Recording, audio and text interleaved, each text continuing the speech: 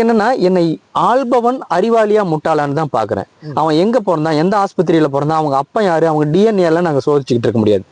இது வரைக்கும் ஆண்டவன் யாருன்னு நான் பார்க்கல. என்ன ஆட்சி பண்ணுனதுனால இந்த நாடு எப்படி இருக்குன்னு தான் நான் பாக்குறேன். இப்போ ஓரளவுக்கு மற்ற மாநிலங்கள்ல இருந்து ஓரளவுக்கு முன்னேறிய மாநிலமா நம்ம இருக்கோம் அப்படின்னா, எனக்கு பழைய ஆட்சிகள்ல ஒரு சில குறைபாடுகள் எல்லா ஆட்சியிலுமே இருக்கதான் செய்யும். ஊழல் பண்ணாங்கங்கிறது நம்ம குறைகளை பட்டியலிடலைன்னா நம்மளும் ஒரு 100 பாயிண்ட் எடுத்து நம்ம சொல்ல முடியும். ஆனா ஒப்பீட்டு அளவுல ஓரளவுக்கு நம்ம முன்னேறிய மாநிலமா இருக்கும் அப்படின்னா, அவனோட பிறப்பை நான் சோதிச்சுக்கிட்டே இருந்தேன்னா நான் வந்து முன்னேறவே முடியாது. நான் இன்னைக்கு வந்து செல்போனை கண்டுபிடிச்சவன் யாரு, என் ஜாதிக்காரனா, என் இனத்துக்காரனான்னு பார்த்தா நான் யூஸ் பண்றேன். நீங்க இப்ப அப்படி பார்த்தா நீங்க உங்க மத்தியில உங்களை ஆட்சி பண்றவன் உன் ஜாதிக்காரனா, உன் மதத்துக்காரனா, உன் மொழி பேசுறவனா, எதுவுமே இல்லாதவன் தானே உனக்கு சட்டம் போடுறான். உன் வரியை வாங்கிட்டு கொடுக்க மாட்டேங்கிறான். அதை பத்தி எந்த கவலையுமே இல்லை. எனக்கு தனியா ஒரு இதை பிரிச்சு கொடுத்துங்க, நானே என்ன ஆண்டுகிறேன் பிரபாகரன் மாதிரி இங்க பேச முடியுமா? அந்த தமிழ் தேசியம்னா ஒரு தமிழ் தேசியங்கிற பேரு வச்சுக்கிட்டு அந்த எனக்குன்னு ஒரு புது தேசியத்தை உருவாக்குறேன்னு இங்க பேசணும் இல்லை? அப்படி யாருமே பேசவே இல்லையே.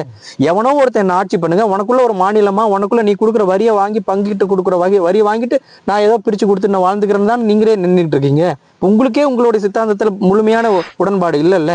அப்ப என்னை ஆட்சி பண்றவன், என்ன ரூல் பண்றவன் அறிவாளியாவும் ஒரு முற்போக்கு சிந்தனையாளனாகவும் ஏற்றத்தாழ்வில்லாத ஒரு ஆட்சியை உருவாக்கணுங்கிறதுல ஓரளவுக்கு தான். பெரியார் மாதிரி எல்லாம் நம்ம யாரையும் ஒப்பிட்டுலாம் வந்து ஈக்குவலா வச்சுக்க முடியாது. தமிழ் தேசியம் பேசிய மிகப்பெரிய தமிழ் தேசிய எழுச்சியை கொடுத்தவரை தந்தை பெரியாரா தான் நான் எடுத்துக்கிறேன்.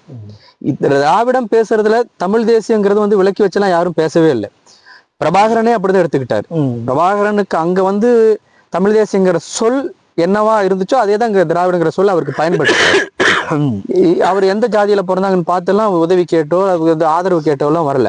குளத்தூர்மணி எந்த ஜாதின்னு பார்த்தெல்லாம் வரல. கோவை ராமகிருஷ்ணன் ஐயா எந்த ஜாதின்னு பார்த்தெல்லாம் வரல. அவர்களுடைய சிந்தனையின் அடிப்படையில தான் அவர் எடுத்துக்கிட்டாரு. திராவிடம்ங்கிற சொல் ஒரு தமிழ்நாட்டுல பேசக்கூடிய தமிழ் தேசியங்கிறதுக்கான நம்ம ஒரு மாற்று சொல்லாதான் தலைவரே எடுத்துக்கிட்டாரு. இன்னைக்கு பிழைப்புவாதத்துக்காக திராவிடம் வேற தமிழ் தேசியம் வேறன்னு பேசுறதெல்லாம் சும்மா அவருடைய அரசியல் லாபத்துக்காக பேசுறாரு. அதாவது எங்க முன்னோர்கள் வந்து திருவள்ளுவர் வந்து எழுந்த தங்கத்தட்டில் வச்ச மலம் திருக்குறள்னு சொல்லிட்டீங்க. எங்களோட முந்தைய கருத்துக்கள் எதையுமே ஏத்துக்கல. முந்தைய போராளிகள் யாரையுமே நீங்க ஏத்துக்கல. தமிழ் போராளிகளை எல்லாத்தையும் விட்டு ஒழிச்சிட்டு நீங்க பெரியாரை மட்டுமே இது பண்ணாக்கா அப்ப எங்க தமிழரை நீங்க வந்து அழிச்சிட்டு நீங்க வந்து ஆளை பாக்குறீங்க. பெரியார் இயக்கங்கள் திருக்குறளுக்கு செய்யாத வேலையை வேற எந்த மன்னராட்சி காலத்திலையும் செய்யவே இல்லை.